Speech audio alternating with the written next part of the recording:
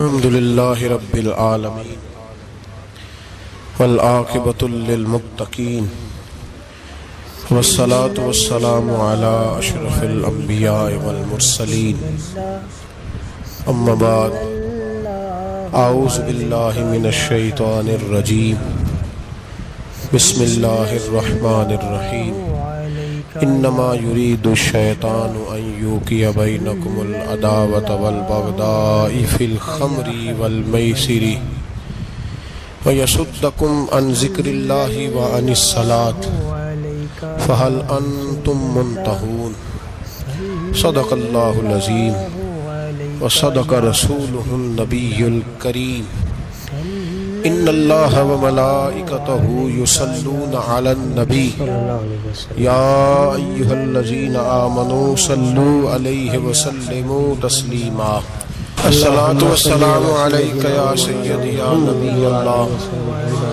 وعلی آلک واصحابک یا سیدی یا حبیب اللہ اللہم صلی علی سیدنا ومولانا محمد معدن الجود والکرم وآلہ وبارک وسلم۔ تمام تعریفیں اللہ تعالیٰ جل جلالہ کے لیے، ہر قسم کے درود و سلام نبی رحمت سید عالم نور مجسم آقا کل ختم رسول دانا سبل احمد مجتبی جناب حضرت محمد مصطفیٰ صلی اللہ تعالیٰ علیہ وسلم کی ذات والا صفات کے لیے حمد و صلات کے بعد قرآن مجید فرقان حمید کی سورۃ المائدہ آیت نمبر 91 اللہ تبارک و تعالیٰ نے فرمایا انما یرید الشیطان، بے شک شیطان چاہتا ہے ان یوقع بینکم العداوۃ والبغضاء، کہ وہ تمہارے درمیان عداوت اور بغض پیدا کر دے۔ اس کی یہ خواہش ہے، وہ یہ چاہتا ہے کہ تمہارے بیچ دشمنی، عداوت اور بغض پیدا کر دے۔ پھر وہ کیا کرتا ہے؟ پھر وہ بطور ہتھیار دو آلے استعمال کرتا ہے، دو چیزیں بطور ہتھیار کے استعمال کرتا ہے۔ وہ کون سی؟ فرمایا فی الخمر والمیسر، ایک شراب اور دوسرا جوا۔ شراب اور جوے کے سبب سے وہ تمہارے درمیان عداوت اور دشمنی، یہ اللہ کا قرآن ہے۔ اور بندہ مومن کے دل پر جو چیز سب سے زیادہ اثر کرتی ہے وہ اس کے رب کا کلام پاک ہے۔ فرمایا شیطان کی یہ خواہش ہے کہ تمہارے بیچ دشمنی، عداوت ڈال دے۔ کس سبب سے؟ شراب اور جوے کے سبب سے۔ ایک تو یہ چاہتا ہے کہ شراب تم پیو، جوا کھیلو تو تمہارے بیچ دشمنی ہو جائے، اور دوسرا ارشاد فرمایا وَيَصُدَّكُمْ عن ذکر اللہ وعن الصلاۃ، اور وہ تمہیں اللہ کے ذکر سے اور نماز سے روکنا چاہتا ہے۔ گویا جو شراب پیے گا، جوا کھیلے گا، وہ ذکر سے بھی رک جائے گا اور نماز سے بھی رک جائے گا۔ بندے کے ذمہ دو ہی حقوق ہوتے ہیں، حقوق العباد اور ایک حقوق اللہ۔ تو اس آیہ مقدسہ نے دونوں باتوں کی وضاحت کر دی کہ جوا کھیلنے والا، نشہ کرنے والا، شراب پینے والا نہ حقوق اللہ ادا کر سکتا ہے اور نہ حقوق العباد ادا کر سکتا ہے، فارغ ہو جاتا ہے۔ اور پھر قرآن مجید نے جو دستک دی ہے نا دلوں پر، وہ بڑی انوکھی ہے۔ یہ دونوں باتیں بیان کر کے میرے رب نے سوال پوچھا اپنے بندوں سے۔ ارشاد فرمایا اللہ کریم نے دونوں باتیں بیان کرنے کے بعد، اور سوال کا انداز بڑا انوکھا ہے، فرمایا فَهَلْ أَنْتُمْ مُنْتَهُونَ، تو کیا تم باز آ گئے ہو؟ ارشاد فرمایا کیا تم کبھی آپ ان لفظوں کا حسن سمجھیں، قرآن مجید کے ان الفاظ کی گہرائی کو سمجھیں۔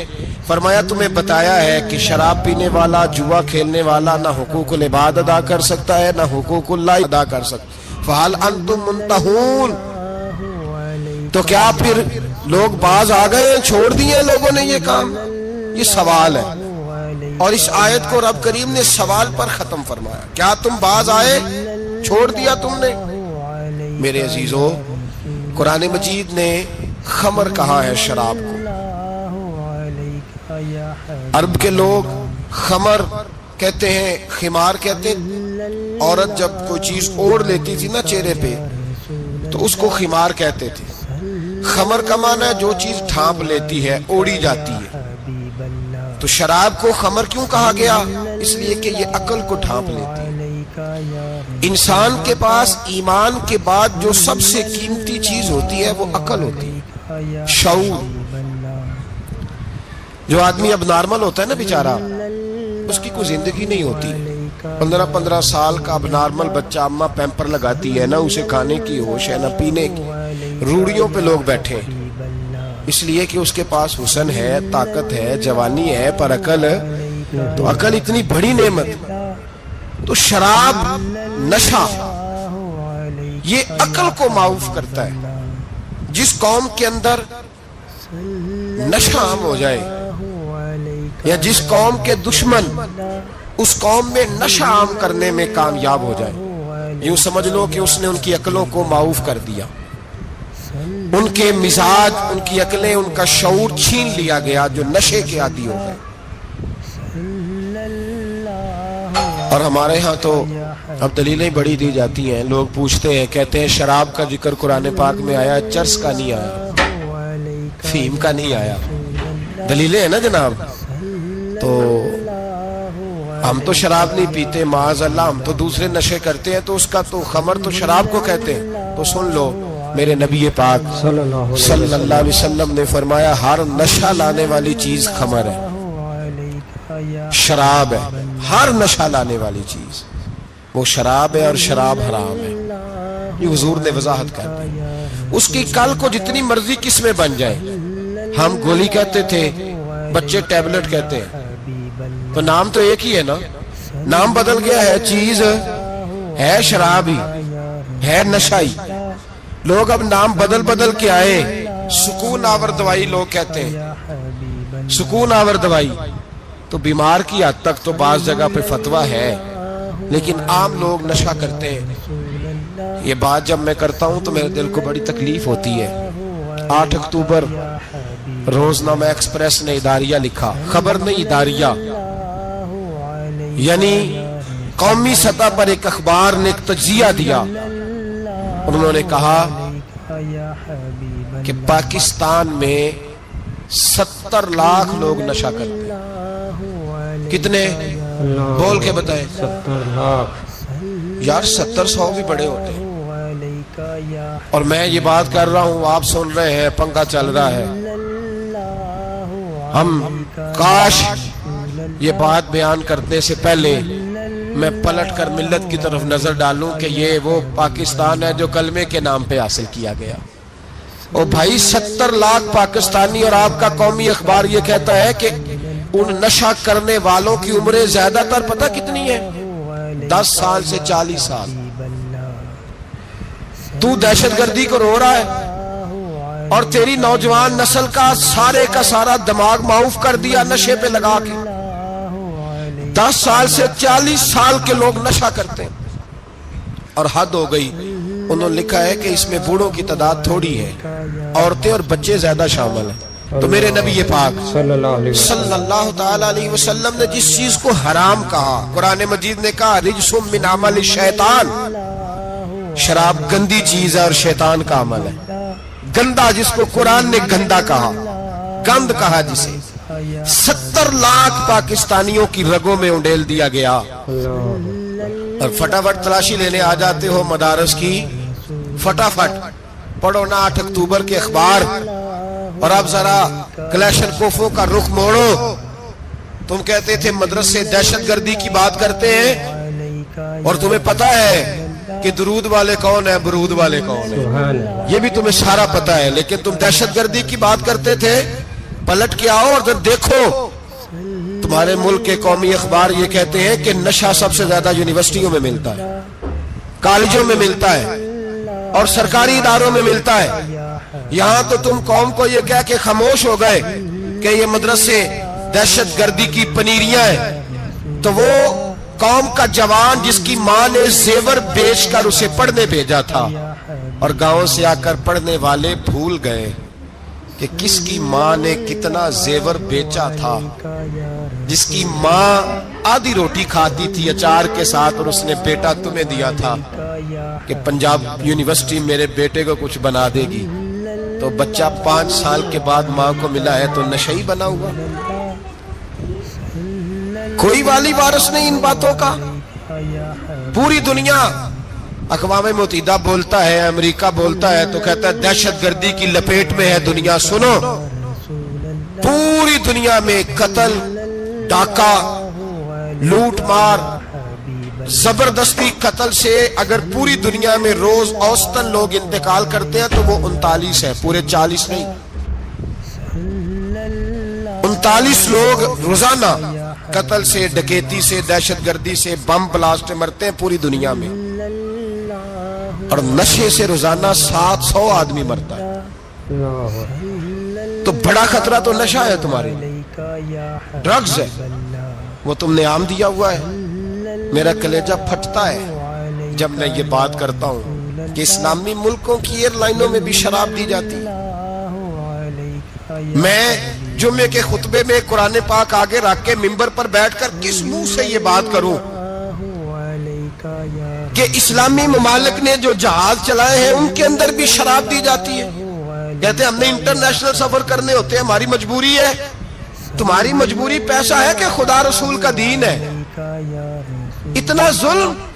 اور میں صوفیاء کی جماعت سے تعلق رکھتا ہوں، اور میرا یہ موقف ہے کہ انقلاب جب بھی آئے گا وہ تصوف کی بنیاد پر آئے گا، صوفی انقلاب لائیں گے۔ پر میں کیا کروں، میں مجبور ہوں، میں چھپا نہیں سکتا، مجھے کھول کے بتانی پڑے گی بات۔ آگے میرے قرآن ہے، مسجد کا مقام ہے، کیا کروں؟ یہ بات کرتا ہوں تو مجھے لگتا ہے کہ میں بھی مجرم ہوں اس میں۔ یہ لفظ جب ادا کرتا ہوں تو شرم سے میری زبان لڑکھڑاتی ہے کہ یار درباروں پہ بھی نشہ بکتا ہے۔ میں یہ بات کر رہا ہوں صوفیاء کا ترجمان، درباروں پہ، مزاروں پہ۔ اور سجادہ نشینوں، تمہیں زمین نگل جائے، آسمان تمہیں لے اڑے، تم پر قہر نازل ہو، تم نے باپ دفن کر کے تو وہاں نشے کا اڈا بنا لیا، ماؤں سے بیٹے چھیننے لگے ہو، عورتوں کے سروں سے کپڑے چھیننے لگے ہو، سہاگ مارنے لگے ہو، بیٹیاں اور بیٹے یتیم کرنے لگے ہو، نشہ بیچتے ہو درباروں اور مزاروں پہ۔ یہ تماشا لگ گیا۔ آپ کیسے کروں یہ بات، پر کرنی پڑ رہی ہے، مجبوری ہے، یہ مضمون مکمل نہیں ہو سکتا۔ بند کر دیں وہ دربار، ہمیں نہیں چاہیے جن درباروں پہ نشہ بکتا ہے۔ میں ذمہ داری سے کہہ رہا ہوں، بات ریکارڈ ہو رہی ہے۔ جوتے کی نوک پہ وہ سجادہ نشین جو امت کو ڈرگز دیتا ہے، وہ سجادہ نشین کا ڈیرا نہیں، وہ گند کا اڈا ہے، وہاں سے فیض نہیں مل رہا، امت کی تباہی ہو رہی ہے۔ بتا دو، پھیلا دو، اس کو اعتراض کرنا ہے کرو۔ میرے رسول پاک سید عالم صلی اللہ تعالی علیہ وسلم کا دین ضروری ہے، کسی پیر کی سجادگی ضروری؟ بولیے سجادگی ضروری؟ بڑی ذمہ داری سے کہہ رہا ہوں اور نمائندگی کر رہا ہوں اپنی جماعت کی۔ نہ ہمارے بزرگوں نے کل اس کی حمایت کی تھی، نہ آج کرتے ہیں، نہ قیامت تک کریں گے۔ بند کر دیں وہ دربار اور مزار۔ بزرگ دنیا میں یہ کام کرنے آئے تھے، اور ہماری سوچ اتنی گر گئی ہے، اتنے ہم کمزور ہو گئے۔ کہتے ہیں جب اس کو چڑھ جاتی ہے تو پھر بڑی معرفت کی باتیں سناتا ہے۔ تجھے شرم نہیں آئی ہے لفظ کہتے ہوئے؟ اب نشئی تجھے معرفت سکھائے گا؟ اب تو شرابی سے، بھنگی چرسی سے دین سیکھے گا؟ کہتے ہیں اس نے پی ہوئی تھی، چڑھی ہوئی تھی، میں بات کر دی تو میرا کام بن گیا۔ اتنی گندی اور میلی سوچ صاحب ایمان کی ہوتی ہے، تو اب نشئیوں سے جا کر دعائیں کرائے گا؟ سن، میرے نبی پاک صلی اللہ علیہ وسلم نے فرمایا جو شراب پی لے، نشہ کر لے، اس کی تو 40 دن تک عبادت رب قبول نہیں فرماتا۔ تو کہتا چڑھی ہوئی تھی تو اس نے دعا کر دی، تجھے شرم ہی نہیں آئی بات کرتے؟ حیا ہی نہیں کیا تو نہ جملہ بولتے؟ یہ کوئی تصوف اور طریقت ہے؟ جاؤ اٹھا کے لے جاؤ، ایسی کوئی تصوف اور طریقت ہمیں نہیں چاہیے۔ ہمیں وہ والی طریقہ چاہیے جس میں خدا کے قرآن کی بات ہوتی ہے اور محمد مصطفیٰ کے فرمان کی بات ہوتی ہے صلی اللہ علیہ وسلم. تو بھائی یاد رکھو یہ کوئی طریقہ نہیں. ایک مزار ہے, مجھے ایک صاحب کہنے لگے آ جائیں یہاں بھی فاتحہ پڑھیں. میں نے کہا یہاں کیا ہے؟ کہنے لگے تھے تو بابا جی نشہ وشا کرتے, پر اب سنا ہے لوگوں کی منتیں بڑی پوری ہوتی ہیں. مجھے جذبات بڑے کم آتے ہیں. میں نے اس آدمی کو گریبان سے پکڑ لیا, میں کہا ادھر آ, وہ تو نشہ کرتا تھا اور تو جاتا تھا, تیری یہ کیسے طاقت ہوئی؟ تو نے مجھے مشورہ دے دیا, تو ہمیں کمزور سمجھتا ہے؟ ہم کمزور ایمان کے لوگ ہیں, اور میں یہاں تجھے کہوں گا نہیں نہیں میں یہاں نہیں جاتا, میں وہاں جاتا ہوں. بالکل کوئی لگی لپٹی بات نہیں, کھری بات. تصوف وہ, دربار وہ جہاں قرآن پڑھا جائے اور رسول اللہ کی حدیث سکھائی جائے, باقی کوئی مطلب نہیں کسی قسم کا. میں داتا صاحب کبھی جاؤں نا جلسہ کرنے کسی کام سے, کسی تقریب میں, تو میں داتا صاحب کے مزار پہ نہیں جاتا. میں کہتا ہوں یار یہ جرانہ نہیں کہ بندہ کسی کام آیا تھا تو فاتحہ پڑھ لیں, واپس چلو. گکھڑ سے سپیشل آئیں گے داتا صاحب کے مزار پہ حاضری دیں, اور میرے سنگی گواہ ہیں کہ میں سپیشل ٹائم نکال کے بہت سارے کام چھوڑ کے سپیشل جاتا ہوں, اور میں مراد ماننے نہیں جاتا, میں داتا صاحب کا شکریہ ادا کر دے جاتا ہوں. میں ان سے کہتا ہوں حضور آپ کی مہربانی, آپ یہاں آئے تو ہمارے بڑے بھی رسول اللہ کے غلام بن گئے. میں تو سلام عقیدت پیش کرنے جاتا ہوں. ہم مزارات پر جانے کے قائل نہیں, بلکہ ہماری تو عقیدت کا درجہ ہی مکمل نہیں ہوتا جب تک ہم مزار پہ سلام نہ کریں. پر مزار داتا صاحب کا, مزار خواجہ معین الدین اجمیری کا, مزار غوث اعظم جیلانی کا, مزار محدث اعظم مولانا سردار احمد کا, مزار اولیاء کا, مزار میاں شیر محمد شرف پوری کا, مزار رب کریم کے بندوں کا. بھنگیوں چرسیوں کے مزار نہیں ہوتے, اور نام ان مزارات کے قائل ہے, بالکل قائل نہیں ہم. میں تھوڑے دن پہلے لاہور گیا تھا, تو میں کار میں میاں صاحب میاں شیر محمد شرف پوری کا ذکر کر رہا تھا. میں اپنے دوستوں سے کہہ رہا تھا یار بہت بڑا بابا ہوا ہے. تو مجھے کہنے لگی کرامت کیا ہے؟ میں نے کرامت یہ ہے کہ ساری زندگی سنت کا درس دیا ہے.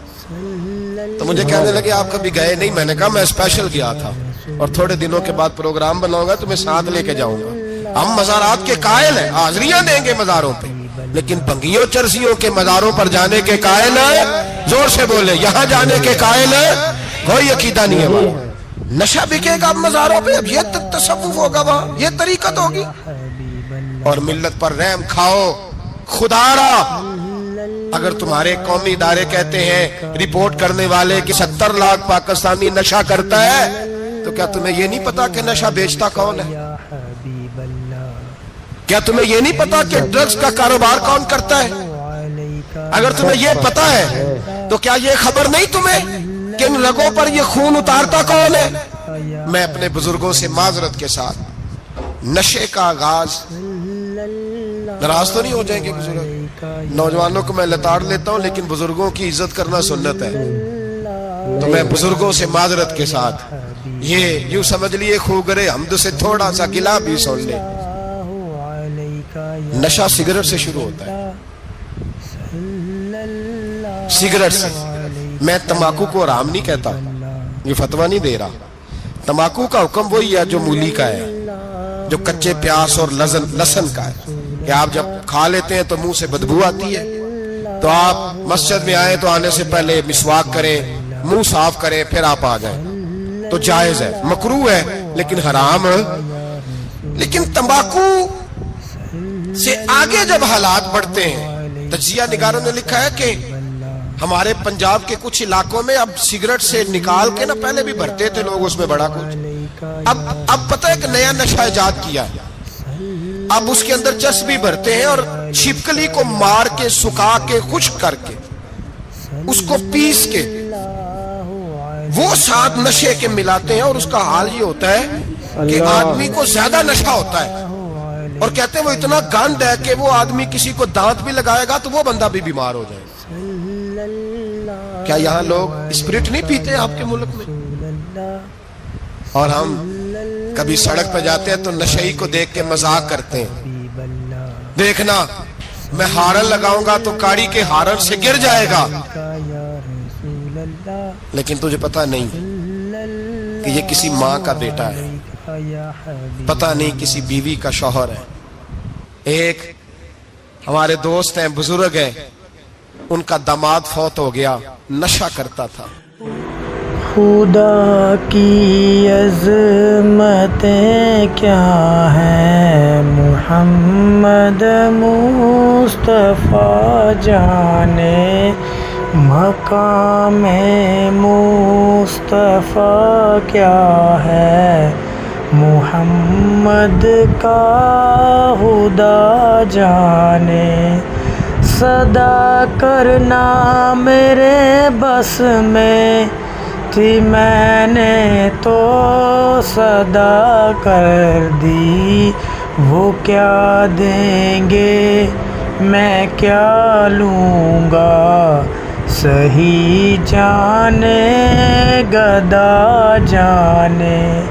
مجھے تو سرخ رو ہونا ہے آقا کی نگاہوں میں، زمانے کا ہے کیا ناصر، بھلا جانے برا جانے۔ خدا کی عظمتیں کیا ہیں، محمد مصطفیٰ جانے۔ ہمارے دوست ہیں، بزرگ ہیں، ان کا داماد فوت ہو گیا، نشہ کرتا تھا۔ تو میں تعزیت کرنے ان کے گھر پہنچا تو کھڑے ہو گئے ہاتھ باندھ کے، کہنے لگے حضرت صاحب باقی ساریاں گلاں چھڑ دیو، صرف نشے تے تقریر کریا کرو۔ وہ جب جیتا تھا تو تب بھی اس کے بچے یتیم ہی تھے، یتیم ہی تھے۔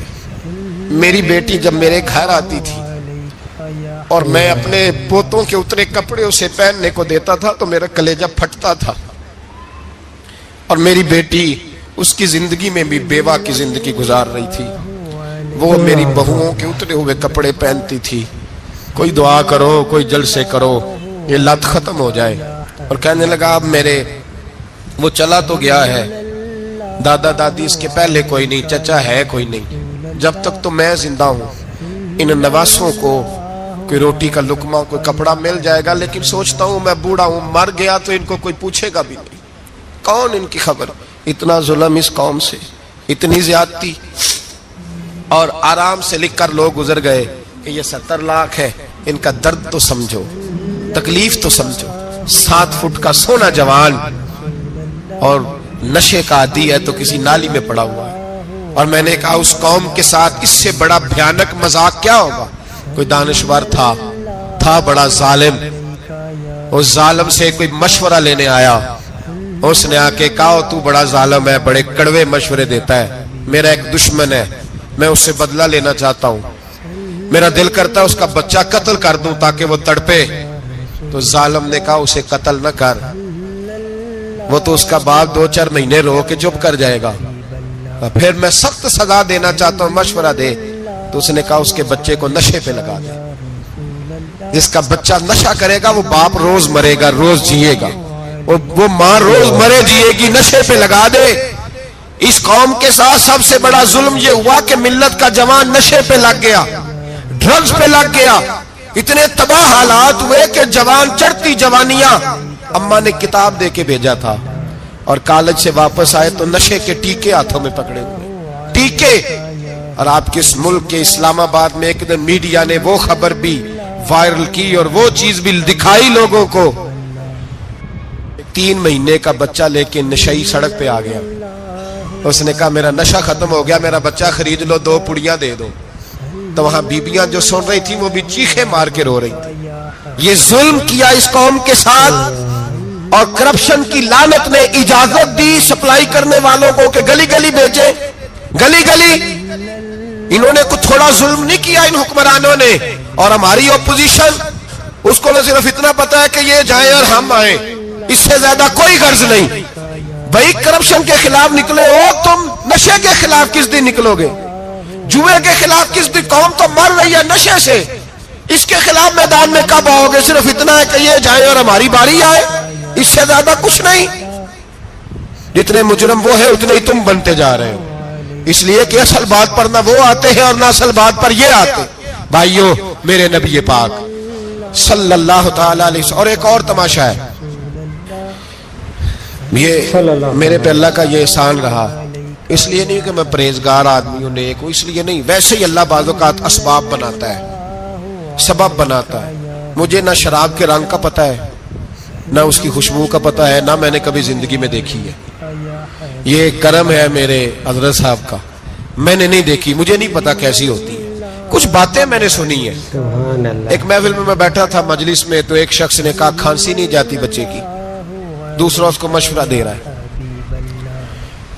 کھانسی نہیں جاتی, بڑی دوائی دیسی بھی فلاں بھی بڑی کھائی, مشورہ دیا اس کو کہ تو اس طرح کر, اس کو نا شراب کے 2-4 چمچے پلاؤ.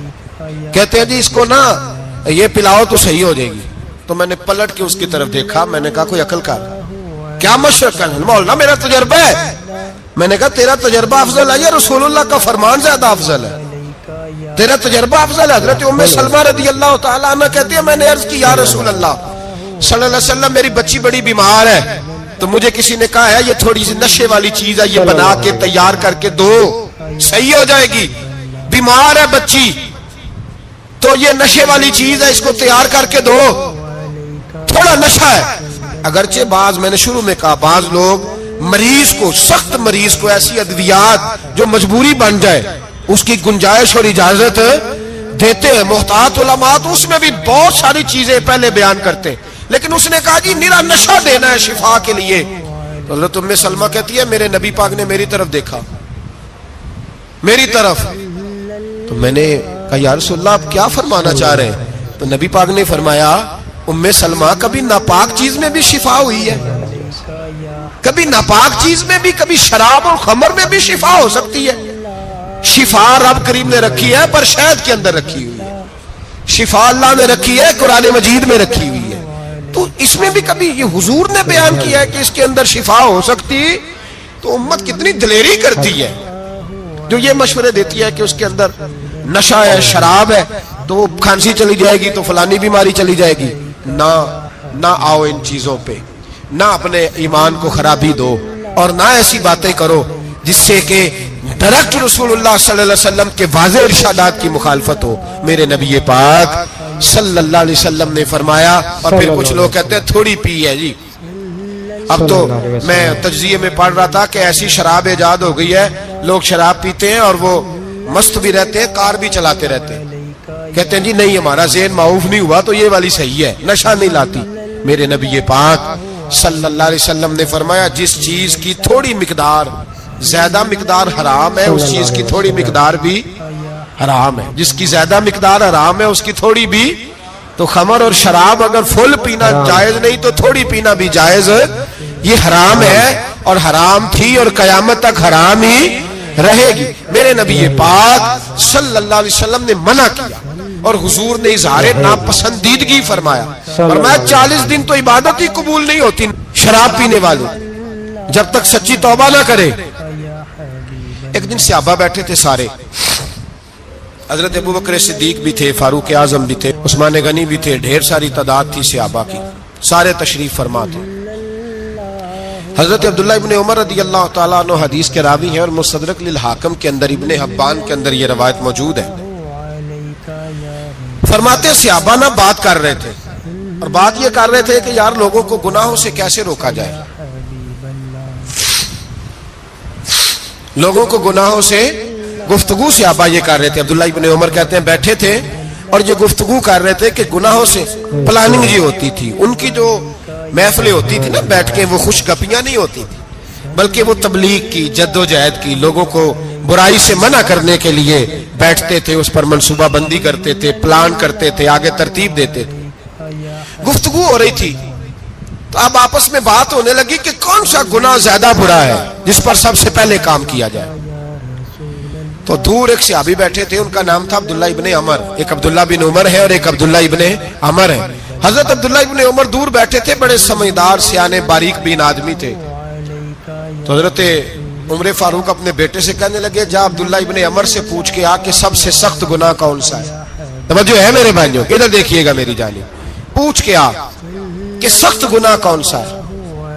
جی عبداللہ بن عمر رضی اللہ تعالیٰ عنہ کی خدمت میں جب عبداللہ ابن عمر گئے تو جا کے کہنے لگے کہ صحابہ پوچھتے ہیں کہ آپ نے زیادہ وقت گزارا ہے نبی رحمت صلی اللہ علیہ وسلم کے پاس، تو بتلائیے برا گناہ کون سا ہے، سب سے سخت گناہ، تاکہ سب سے پہلے اس پر پابندی لگائی جائے، اس پر محنت کی جائے۔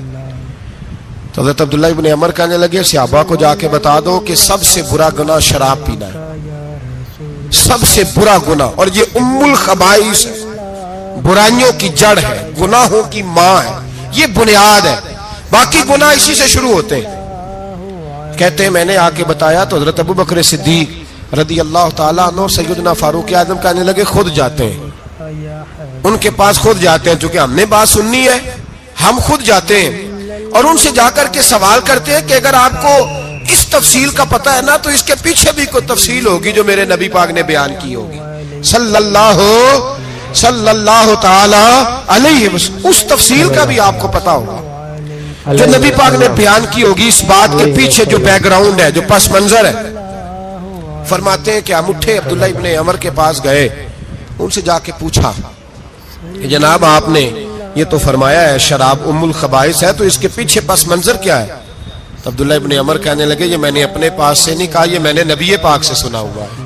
حضور سید عالم صلی اللہ علیہ وسلم بیٹھے تھے تو حضور نے فرمایا شراب یہ نشہ یہ برائیوں کی ماں ہے، اور پھر حضور نے ایک مثال بیان فرمائی، نبی رحمت علیہ السلام نے فرمایا بنی اسرائیل کا ایک واقعہ ہے، ایک خوبصورت جوان تھا، ایک عورت کا دل آ گیا اس پر۔ یہ یاد رکھ لیں، ہم لڑکوں کو منع کرتے رہتے ہیں لیکن ہمیں گھر کی بچیوں پر بھی توجہ دینی ہوگی، ہمیں ان کے فون پر بھی نگرانی کرنی ہوگی، ہمیں وہاں بھی غور کرنا ہوگا، اس لیے کہ اگر کوئی بچی گنجائش نہ دے تو میرا خیال ہے کہ لڑکا جرت کرنے کی طاقت نہیں رکھتا، تو وہاں بھی ان کی اماں سے کہے کہ پابندی لگائے، بچی کسی کا موبائل لے کر کے کہیں اس کو استعمال تو نہیں کر رہی، اس پودے پر بھی توجہ دے، درخت بننے سے پہلے اس کی بھی نگرانی کریں، یہ بھی بڑا ضروری کام ہے۔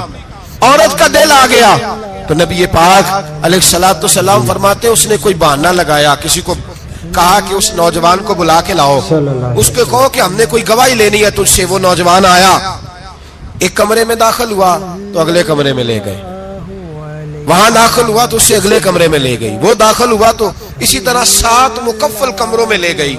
میرے کریم رسول میرے محبوب پاک علیہ السلام فرماتے ہیں، صحابہ کو سمجھا رہے ہیں میٹھے لب و لہجے میں، فرماتے ہیں جب سب سے پچھلے کمرے میں لے گئی تو ایک لڑکا بندھا ہوا تھا وہاں رسیوں سے، شراب کا پیالہ پڑا ہوا تھا، اور بی بی کہنے لگی کوئی گواہی شواہی نہیں لینی، تجھے اس لیے بلایا ہے کہ تیرے اوپر دل آ گیا ہے، اب میرے ساتھ منہ کالا کر۔ تو وہ جوان کہنے لگا نہیں، میں نے اپنے نفس کو پاک رکھا ہوا ہے، میری نظر بھی پاک ہے، دل بھی پاک ہے، اور اس کی برکت یہ ہے کہ رب نے میری روح کو بھی پاک رکھا ہوا ہے، تو میں یہ حرکت نہیں کر سکتا۔ پاک لوگ پلید کاموں کی جانب توجہ نہیں کرتے، میں یہ حرکت نہیں کر سکتا۔ اقبال نے اپنے بیٹے کو دعا دی تھی، اس نے کہا تھا حیا باقی نہیں ہے زمانے کی آنکھ میں، خدا کرے کہ رہے تیری جوانی بے داغ، خدا کرے کہ رہے تیری جوانی بے داغ۔ کہا میرے ساتھ منہ کالا کر، اس نے کہا میں نہیں کرتا۔ کہنے لگی چل پھر اس کو قتل کر، اس کو میں نے باندھا ہوا۔ اس نے کہا میں قتل کیوں کروں، میری کیا دشمنی ہے؟ کہا پھر شراب پیو، کہا میں شراب بھی نہیں پیتا۔ تو کہنے لگی اب تو میں نے تجھے اپنے چنگل میں پھانس لیا ہے، اب تو یہاں سے بچ کے جا نہیں سکتا، اور اگر تو باہر جائے گا تو میں شور کروں گی، لوگ جمع کروں گی، اس نے میری عزت آبرو پہ ہاتھ ڈالا ہے، تو بچ تو نہیں سکتا، ایک کام تو کرنا پڑے گا۔ محبوب فرماتے اس نوجوان نے سوچا کہ زنا بھی بہت بڑا جرم ہے، قتل بھی بہت بڑا گناہ ہے، چلو اب مجبوری ہے تو شراب پی لیتا ہوں۔ لیکن وہ سمجھا نہ کہ شراب تو بنیاد ہے، اس نے ایک پیالہ جو پیا کہنے لگا ایک اور دے دو، دوسرا پیا تو کہنے لگا ایک اور دے دو، اب 3 پیالے 3 بوتلیں شراب جو پی چکا تو خماری چڑھ گئی۔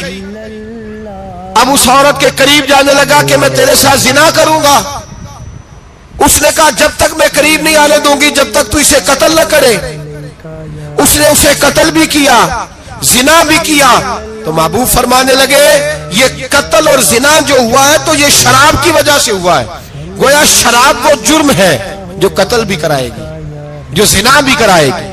اور اگر آپ نشئی کو دیکھیں, اگر آپ شرابی کو دیکھیں تو کیا وہ ڈکیتیاں نہیں کرتا پھرتا, وہ چوریاں نہیں کرتا, وہ اپنی ہی ماں کا زیور نہیں بیچ آتا, وہ اپنی ہی بہن کا پڑا ہوا جہیز نہیں بیچ آتا, وہ اپنے ہی گھر میں ڈاکے نہیں ڈالتا, وہ اللہ کے گھر مسجد میں آ کر کے چوری نہیں کرتا. وہ صرف اس لیے کرتا ہے کہ یہ نشہ, یہ شراب یہ ماں ہے گناہوں کی, یہ جڑ ہے. ملت کے لوگوں یاد رکھو, اس امت, اس پاکستان کے ساتھ جہاں بہت سارے ظلم ہوئے, وہاں بڑا ظلم یہ ہے کہ بہت بڑا طبقہ جوانوں کا نشے کا عادی ہے. وہ نشہ انہیں عشق مجازی اور عورتوں کے عشق کی جانب لا رہا ہے. وہ نشہ چوریاں کرا رہا ہے, قتل کرا رہا ہے, ڈکیتیاں کرا رہا ہے. بہت بڑے ظالموں نے بہت بڑے ہاؤس بنائے ہوئے ہیں جن کے اندر شراب فراہم کی جاتی ہے, نشہ دیا جاتا ہے.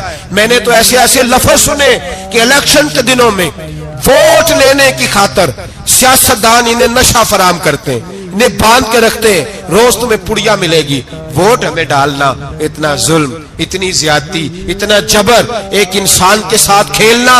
لوٹ آؤ, پکڑو ان کا دامن, اپنے گھروں کو بچاؤ, اپنے دوستوں کو بچاؤ. جاگو جاگو امت کے لوگوں, جاگو. میرے نبی پاک صلی اللہ علیہ وسلم کے کلمہ گو لوگوں کو بچاؤ. ان پر اگر سختی کرنی پڑتی ہے تو کرو, پیار کرنا پڑتا ہے تو کرو, محنت کرو, جد و جہد کرو. ایک صحابی تھے نعیمان بن عبداللہ, کیونکہ عرب کے لوگ شروع سے شراب پیتے تھے, حرام نہیں, بعد میں حرام ہوئی. ایک دن غلطی ہو گئی, شراب پی لی, پھر سے بھول گئے. اب کسی نے پرچہ نہیں کٹایا, مخبری نہیں کی, شکایت نہیں لگائی. جب نشہ اترا تو خود ہی خیال آیا یہ میں کیا کر بیٹھا ہوں. خود احساس, تو احساس بھی نہیں نہ ہوتا. دوڑے آئے نبی پاک کی بارگاہ میں اور آ کے ہاتھ باندھے, یا رسول اللہ صلی اللہ علیہ وسلم مجھے پاک کر دے. آقا اور روتے جا رہے. حضور نے صحابہ سے کہا دیکھو اس کے منہ سے شراب کی بدبو آتی ہے, کہ حضور آ رہی ہے. ماں زیادہ پیار کرتی ہے یا رسول پاک؟ باپ زیادہ پیار کرتا ہے کہ نبی پاک؟ حضور بھی رحمت للعالمین ہے امت کے لیے. لیکن جب ثابت ہو گیا نا کہ شراب پی ہے تو پھر میرے محبوب نے فرمایا اب اس کی اصلاح ضروری ہے, حکم دیا. اور جب بات کی تو جاہو جلال کے عالم میں کی, روب اور دبدبے. فرمایا لے جاؤ باہر, ستون سے باندھو, کوڑے مارو. حضرت ابو ہریرہ کہتے ہیں اسے کوڑے لگ رہے تھے, کوڑے. تو میرے نبی پاک اندر بے چینی کے عالم میں ٹہل رہے تھے, کبھی ادھر جاتے کبھی ادھر جاتے, کبھی ادھر آتے کبھی ادھر. یا رسول اللہ صلی اللہ علیہ وسلم آپ اس کے لیے یہ کر رہے تو شراب پی کے آیا ہے. تو میرے حبیب نے فرمایا تو نے غلطی کرنا دیکھا ہے, احساس کرنا نہیں دیکھا, خود چل کے آنا معافی مانگنا نہیں دیکھا. میرے نبی پاک نے فرمایا غلطی ہوئی ہے تو میں نے سزا بھی دی ہے اور مجھے امید ہے آئندہ غلطی کرے گا بھی نہیں. لیکن غلطی ہو گئی تو کیا ہوا, وہ خدا سے بھی پیار کرتا ہے, محمد مصطفیٰ سے بھی پیار کرتا ہے. ان لوگوں کو معاشرے سے کاٹے نا, ان کو جہاز کہہ کے نشئی کہہ کے کاٹے نا. یہ کسی ماں کی آنکھوں کے تارے ہیں, یہ کسی بہن کے راج دلارے ہیں, کسی بیوی کے سر کا تاج ہے. کوئی بیٹی انتظار کر رہی ہے کہ میرا باپ شام کو گھر آئے گا. او بھائیو, ان پر محنت کرو, ان کے علاج کراؤ, جد و جہد کرو ان کے لیے, انہیں توبہ کی طرف لاؤ. میرے شیخ پیرانے سلسلہ حضرت جنید بغدادی رحمت اللہ تعالی علیہ تقریر کر رہے تھے تو ایک شرابی پہ اثر ہو گیا, دوڑا ہوا آیا, کہنے لگا حضور ہر روز شراب پی ہے, 40 سال ہو گئے شراب پیتے, آپ کی باتیں دل کو لگ گئی ہیں, لیکن آج توبہ کروں گا تو اللہ معاف کر دے گا. حضرت جنید بغدادی فرمانے لگے تیرا کوئی انتظار کر رہا ہے؟ تو کہنے لگا حضور نشیوں کا, شرابیوں کا کون انتظار کرتا ہے؟ کچھ زمانہ اماں انتظار کرتی تھی, اب سمجھ گئی وہ نہیں آئے گا. کون انتظار کرتا ہے؟ سمجھ گئی وہ نہیں آئے گا. کچھ عرصہ بیوی نے انتظار کیا, سمجھ گئی کسی نالی میں پڑا ہوگا نہیں آئے گا. بہن بھائی بال بچے انتظار کرنا چھوڑ گئے, اب میرا کوئی نہیں انتظار کر رہا. حضرت جنید بغدادی رو پڑے, فرمانے لگے نہیں